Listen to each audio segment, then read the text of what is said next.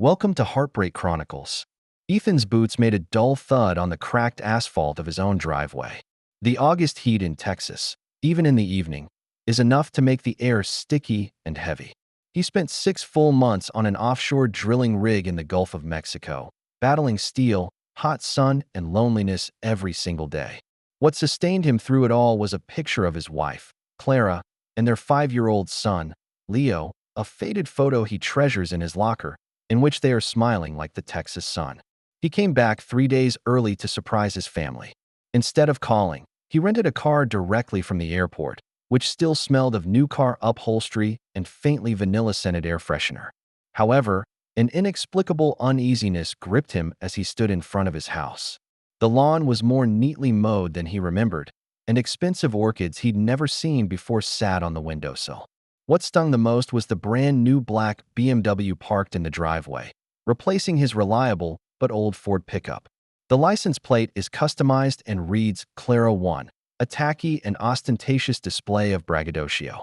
Just as he reached out to ring the doorbell, the door to the room slammed open. It's not his daydreaming wife who rushes out, but his son Leo. The child's thin frame slammed into his arms like a discharged bullet, defiantly. Ethan immediately sensed something was wrong.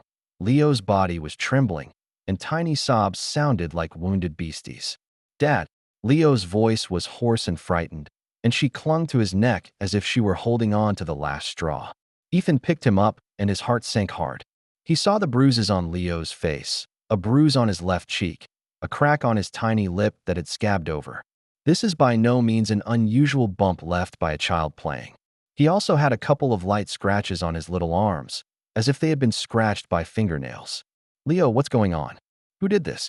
Ethan's voice trembled with anger, and he struggled to control his volume so as not to frighten the child. Leo's tears rolled down his face like broken beads, and he cried with all his strength. "Daddy, Mommy and her lover are the big bad guys. They beat me and told me you'd never come back, that you died at sea like a worm." Each word was like a poisoned dagger, piercing Ethan's heart with precision. His mind went blank, and all that was left in his ears were the desperate cries of his son and the roar of his own rushing blood. Dead at sea like a bug? What a vile curse this is. "Leo, baby, come on in." Clara's panicked voice came from the doorway. She appeared in the doorway, her face exquisitely made up, wearing a silk dress that Ethan had never seen before, one that was expensive at first glance. When she saw Ethan, the blood drained from her face instantly, and a look of horror and disbelief froze on her face. The expensive Gucci handbag in her hand slipped from her feeble fingers and fell to the floor. A man appeared behind Clara and put his arm on her shoulder in a possessive gesture. The man was Marcus, a local insurance agent whom Ethan had known since high school. The well-tailored suit on Marcus contrasted with Ethan's oil and sweat-stained coveralls. He wore a gold Rolex on his wrist, and the blinding light seemed to mock the cheap Casio digital watch on Ethan's wrist. "Ethan, man," Marcus spoke in a fake calm voice, trying to squeeze out a friendly smile. "We can explain." "Explain?" Ethan sneered a laugh that was harsher than the sirens of an offshore rig. "Explain what? Explain how you beat my son? Or explain how you spent my pension?" He purposely emphasized the last 3 words, his gaze sweeping over the brand-new BMW like an X-ray. The tranquility of the neighborhood was shattered by the sudden altercation. Neighbors began to poke their heads out of their respective houses. Mrs. Gable, a kindly retired schoolteacher who lived next door and used to bake Ethan cookies before each of his trips, now covered her mouth with her hand, shock in her eyes. "Ethan? God? We all thought you." Mrs. Gable's voice quivered, loud enough for everyone around to hear. "Clara told us that there was an accident on the rig. We had a memorial service for you here only 3 months ago." "A memorial service?" Ethan's jaw was taut as a rock. His gaze was locked dead on Clara, who cowered under his gaze and hid behind Marcus. The Rodriguez family, who live across the street, also stepped out of their room. Mr. Rodriguez is a construction worker and, like Ethan, is a man who works with his hands. Anger was written all over his face. "Clara, you told us Ethan was killed in an explosion. We even collected money for you and Leo for his heroic sacrifice." More neighbors gathered.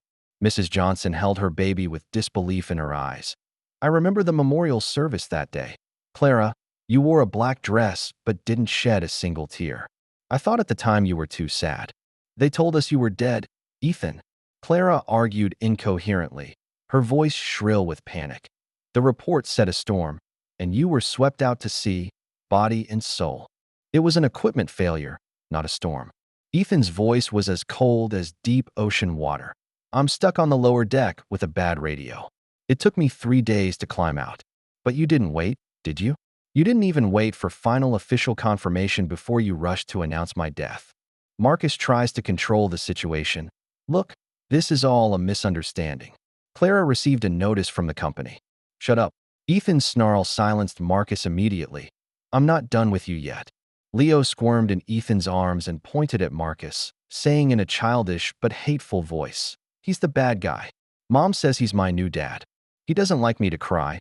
He says a man shouldn't shed tears for the dead. He also said," Leo continued, his voice trembling with fear, "that if I ever mentioned Dad again, he'd send me to an orphanage." Mom was watching and she didn't say anything. Angry whispers erupted from the crowd. Tears had welled up in the eyes of a few of the neighbors who were mothers. Ethan felt his sanity snapping away inch by inch. He set Leo down gently and took a step forward. Marcus instinctively tried to back away, but the crowd had formed a wall behind him. "You touched him." Ethan's voice was low and dangerous, each word seeming to be squeezed through his teeth. "You touched my son with your filthy hands." Seeing this, Clara suddenly gathered her courage and stepped in front of Marcus, her expression changing from one of horror to one of mean spite. "That's enough, Ethan. Who do you think you are? A plumber who smells like motor oil. You're away half the year, and Leo and I need looking after. Marcus gave me the life you could never give me." Her voice was sharp and harsh, full of pent-up resentment. "Look at you, then look at him. You're content to live in this shitty suburb and drive your crappy pickup truck. I've had enough. I want a better life. And you, Ethan, you're just a stumbling block on my way to a better life. Your death is the best relief." There were sounds of cold air being sucked out of the crowd. Mrs. Gable shook her head with contempt in her eyes. "Clara, how could you say such a thing? Ethan was a good husband, a good father. He works hard just for you, mother and son." "A good husband?" Clara laughed hysterically. "A husband who's away from home 6 months out of the year? A husband who only comes home in a sweaty mess? Look what Marcus can give me. Designer bags, luxury vacations, high society living." Marcus seemed to take courage from Clara's support. "Ethan, face it. What Clara needs is a real man. A man who will be there for her, not one who spends all his time adrift at sea." Before he could finish his sentence, Ethan had already charged. But just as his fist was about to land on Marcus' face, Mr. Rodriguez and another neighbor pulled him back. "Take it easy, Ethan." Mr. Rodriguez whispered in his ear, "Think about Leo. You need to handle this the right way." Ethan took a deep breath and slowly calmed down. He turned to his shocked neighbors, his voice regaining its composure. "Gentlemen, you have seen and heard. I want you to testify to what happened today." Then he looked to Clara and Marcus. "Get out of my house. It's not your house anymore." Marcus found the courage to poke his head out from behind Clara. "Legally, after you were declared dead, all property was transferred to Clara's name. We consulted a lawyer. And," Clara added, a glint of amusement in her eyes, "we've applied to the court for an official death certificate. The insurance company has also settled the claim. The entire $450,000 of life insurance is now in my account." $450,000. Ethan's voice was awfully calm. "So that's what my life is worth. Tell me, Clara, when did you start planning all this? Before I get on the boat? Or was it earlier?" Clara and Marcus exchanged a look, and there was so much in that look. Nervousness, guilt, and a hint of panic. "Of course you guys consulted, of course." The corner of Ethan's mouth curved in a cruel curve. "Well planned, wasn't it? Fast death certificates, fast insurance claims, fast property transfers. Tell me, Marcus, did you plan all this for her before I was dead?" Marcus' silence says it all. The chatter in the crowd grew louder. Someone had already taken out their cell phone and started recording. Ethan stopped paying attention to them. He bends down and picks up Leo, then turns to his shocked neighbors. His gaze passed over a familiar face and finally came to rest on Mrs. Gable. "Mrs. Gable, can I borrow your house for the night with Leo?" His voice regained its composure. But beneath that composure was a volcano about to erupt. "Sure, kid, anytime." Mrs. Gable replied without hesitation, sympathy and anger written all over her wrinkled face. "You father and son are staying at my house tonight. I'll go get your rooms ready." Other neighbors have also voiced their support. Mrs. Johnson said, "Ethan, if you need anything, just ask. We'll all help you." Mr. Rodriguez tapped Ethan on the shoulder. "Dude, I know a great lawyer. I'll take you to him tomorrow." Ethan nods gratefully, hugs Leo, and turns to leave. As he walked past the brand new BMW, he paused and kicked the tires lightly with his heel. This tiny gesture is filled with an undeniable declaration: the game is on. Clara called out from behind him, "Ethan, you can't just take Leo. I'm his mother." Ethan stops but doesn't turn around. "Do you deserve to be a mother when you say in front of him that his father is dead and let another man beat him?" "I'll sue you for kidnapping." Clara screamed hysterically. "Be my guest," Ethan said coldly. "I'd like to see what judge would sentence a child to an abusive mother and her lover." In Mrs. Gable's cozy guest room, Ethan gave Leo a hot bath and changed into pajamas that Mrs. Gable had found and her grandson had left behind. The little boy finally relaxed, but still clung to Ethan's hand and wouldn't let go. "Dad, are you sure you won't leave again?" Leo asked in a small voice, his eyes still full of unease. "I promise, son." Ethan gently stroked his hair. "Daddy's not going anywhere." When Leo falls asleep, Ethan quietly walks to the living room. Mrs. Gable was making tea and saw him come out and handed him a cup of hot tea. "Thank you, Mrs. Gable." Ethan took the teacup. "It's not just about taking in tonight. It's also about caring for Leo all this time." Mrs. Gable sighed. "Poor child. I felt something was wrong for a long time. Clara said she acted too calm after you died. And Marcus moved in so fast, as if it had been planned. Have you noticed anything else?" Ethan asked. "Yes." Mrs. Gable thought for a moment. "About a month before your accident, I saw Marcus coming to your house a lot. Clara said he was here to help with the insurance, but you were fine then. Also, the second week after you died, they went on vacation together to the Bahamas. Clara said it was Marcus who comforted her to get away, but she didn't look like she needed comforting at all." Ethan's fists clenched. Mrs. Gable hurriedly pressed his hand. "Son, anger won't solve the problem. What you need is a good lawyer. My nephew David is the lawyer who specializes in divorce cases and is one of the best in the state. I'll call him right away." That night, David arrived. He was a sharp-eyed man in his 40s, and his face became unusually serious as he listened to Ethan's account. "First," David said, "we need to file for emergency custody of Leo immediately. Based on evidence of child abuse, the court would have authorized it immediately. Second, we need to report fraud to our insurance companies. If they defrauded the insurance while you were still alive, it's a felony. But that's not enough." Ethan says, "I want more than just my stuff back. I'm going to make them pay for what they've done." David looked at him and nodded slowly. "I understand how you feel. Let me tell you, the best way to completely destroy them is to suffocate them in the lies they weave. We need evidence, lots of it. I suggest you hire a private investigator." David continued, "I know a guy named Alex who used to be a cop and now does private investigations. He can dig up anyone's secrets." Ethan agreed. The next morning, after breakfast at Mrs. Gable's, he went to see Alex. Alex is a lean, middle-aged man with eyes as sharp as a hawk. After hearing Ethan's request, he nodded. "Give me 2 weeks, and I'll get to the bottom of them." Meanwhile, David's legal action proceeded apace. The court's emergency custody order was issued that afternoon. When the bailiff appeared before Clara with orders, she screamed hysterically, but to no avail. "This is kidnapping." Clara yelled at the bailiff. "He can't do that." The bailiff looked at her coldly. "Ma'am, the court has determined that your child is in a dangerous environment. If you have an objection, you can raise it at the hearing." All of Leo's belongings were packed and sent to Mrs. Gable's house. Clara tries to stop it, but when the bailiff warns her that she could be arrested for obstruction of justice, she can only watch. The insurance company responded more quickly than Ethan expected. When they received a letter from David's attorney and learned that the insured was still alive, they immediately initiated an internal investigation process. All of Clara and Marcus' accounts were frozen within 24 hours. "This can't be right." Marcus snarled at his attorney on the phone. "They can't do that." But they can, and have done so. That BMW was towed on the third day. Clara stood in the driveway and watched the trailer take her dream away, tears finally streaming down her face. Not for Ethan, but for the luxury she had lost. 2 weeks later, Alex arrived at Ethan's temporarily rented apartment with his findings. Thick folders filled with photographs, copies of documents, and various records. "Your instincts were right," Alex said, spreading out the papers.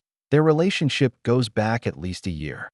The first photo shows Clara and Marcus dining at an upscale restaurant, dated 2 months before Ethan's last voyage. The photo shows the two acting close, with Marcus' hand on Clara's. "This was taken from the restaurant's security footage," Alex explained. "I have more." The next photos show them on multiple dates, walking in the park, shopping at the mall, and even kissing in front of a motel. What angered Ethan the most was a photo, taken just a week after he sailed, of Clara and Marcus embracing at the family's bedroom window. "But that's not the worst of it," Alex continued, flipping over a file. "It's something I got from a former coworker of Marcus. 6 months ago, Marcus had bragged that he had found the perfect target, the wife of an oil man who was often away from home. He said it was the easiest type to get." Ethan's breathing became ragged. Alex gave him an understanding look and continued. "I also found out that Marcus had a similar prior history. 5 years ago in another state, he had had an affair with a soldier's wife. The soldier came back from Afghanistan and found out the truth, but Marcus was long gone. And this?" Alex pulled out a bank record. "Marcus started spending large amounts of money a week before the news of your death broke. He booked a luxury vacation package to the Bahamas and also put a deposit down at a jewelry store. It shows that they have known for a long time that there would be a large amount of money coming in." Finally, Alex took out a USB flash drive. "This contains some email records that I got through special channels. I thought you'd be interested." Ethan plugs the flash drive into his computer and opens the file. The first email, dated 3 months before he sailed, was from Clara to Marcus. "Dear M, Ethan is sailing again next month, this time on a 6-month-long assignment. I've checked, and that area has a high accident rate during hurricane season. If something did happen, he'd have enough insurance money to start a new life. Can we start preparing for that program you mentioned last time? Love, C."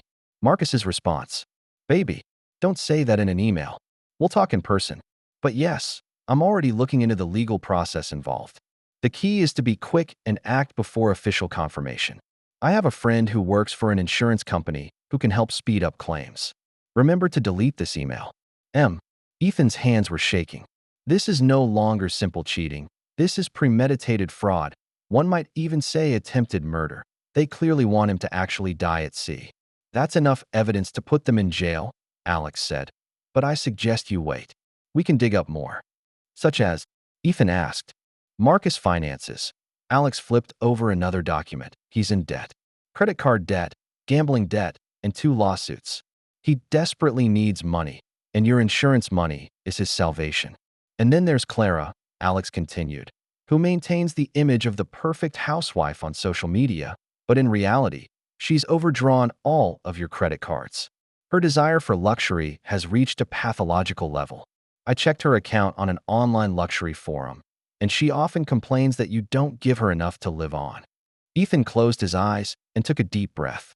When he opened his eyes again, there was only cold determination in them. "I'm going to destroy them," he said calmly. "Not just put them in jail. I'm going to make them lose everything. Their honor, their money, even each other." Alex and David exchanged a look. "Then we need a more sophisticated plan," David said. "The law will give them what they deserve, but if you want more, I want them to experience the pain I went through." Ethan interrupted. "The feeling of being betrayed, abandoned, and thrown away like garbage." Over the next few months, Ethan's plan for revenge unfolds like precision clockwork. The first step was to destroy Clara's standing in the social circle. Ethan knows that face is more important to Clara than anything else. He had Alex create an anonymous website that detailed the timeline of Clara and Marcus' infidelity, complete with all the photographic evidence. Links to the site were sent anonymously to all of Clara's girlfriends, members of her book club, yoga class, and even her regular beauty salon. The effect is immediate. Clara goes to a book club meeting and finds everyone whispering. The conversation came to a screeching halt as she approached. No one wants to sit next to her. I've heard about you, Clara, said the club president coldly, and we think you should quit the club. We don't welcome the morally corrupt. Clara tries to argue, but no one will listen. She grayed out. A similar scene repeats itself in all her social situations. Soon she became the pariah of the community. The salon refused to serve her. I'm sorry, Clara, we're fully booked. In fact, the store was empty. The upscale restaurant she frequented also politely turned her down. I'm sorry, ma'am. We need to reserve seats for other guests. What broke her down the most was the condemning messages that filled her Instagram account. Those who once envied her life now spit on her. She had to shut down all her social media accounts. Meanwhile, Marcus' career is crumbling. Through David's connections, Ethan compiled all of Marcus's past misconduct, including inducing elderly customers to purchase high-risk insurance, forging signatures, and misappropriating customer funds, into a detailed report to the State Insurance Regulatory Commission. The investigation was quickly launched. Marcus's clients began receiving survey calls asking if they had actually agreed to certain insurance terms. Many of our elderly clients then realized that they had been tricked by Marcus into purchasing expensive insurance that they didn't even need. That asshole, one 80-year-old woman said angrily in an interview with a local television station. He told me it was an education fund for my grandchildren, and it turned out to be a whole life insurance policy that I couldn't even afford. The media caught wind of it. The front-page headline in the Daily Texan read, "The Dark Side of Insurance Fixers: Love, Lies, and Greed."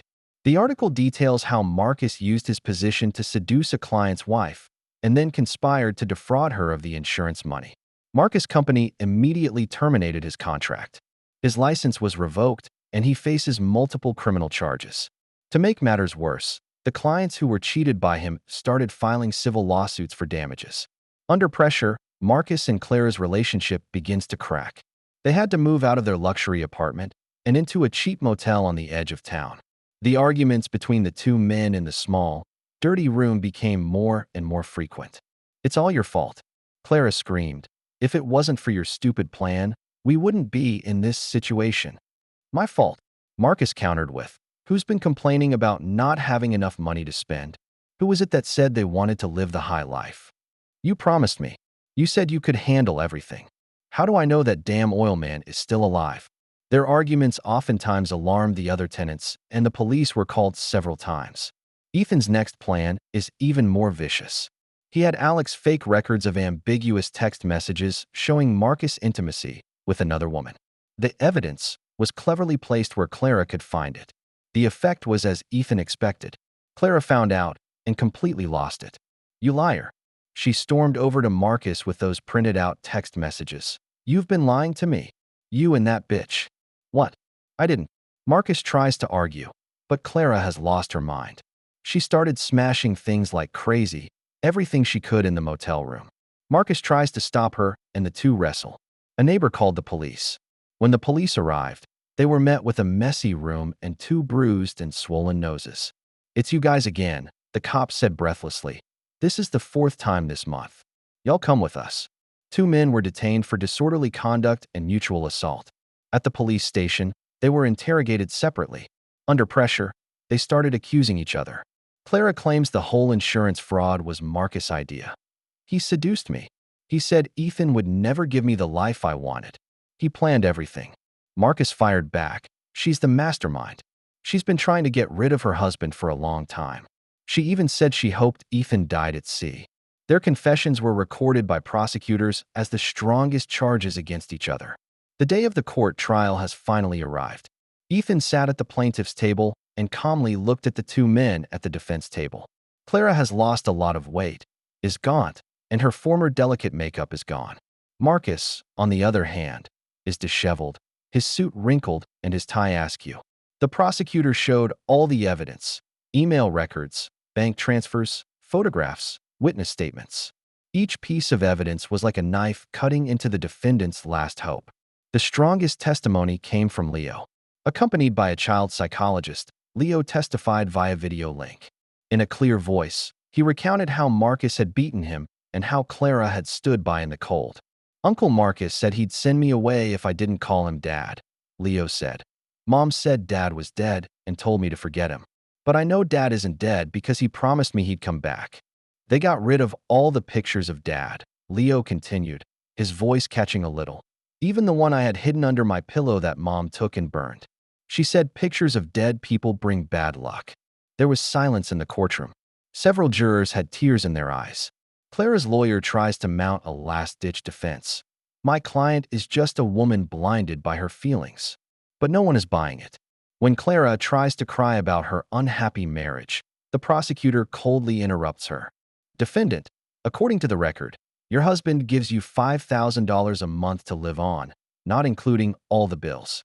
You have a car, you live in a single-family house in the suburbs, and your son attends a private kindergarten. May I ask where this is unfortunate? Clara was speechless. Marcus is worse. In addition to insurance fraud, he faces multiple charges of occupational fraud, document forgery, and child abuse. A number of his former clients took the stand and accused him of deceptive behavior.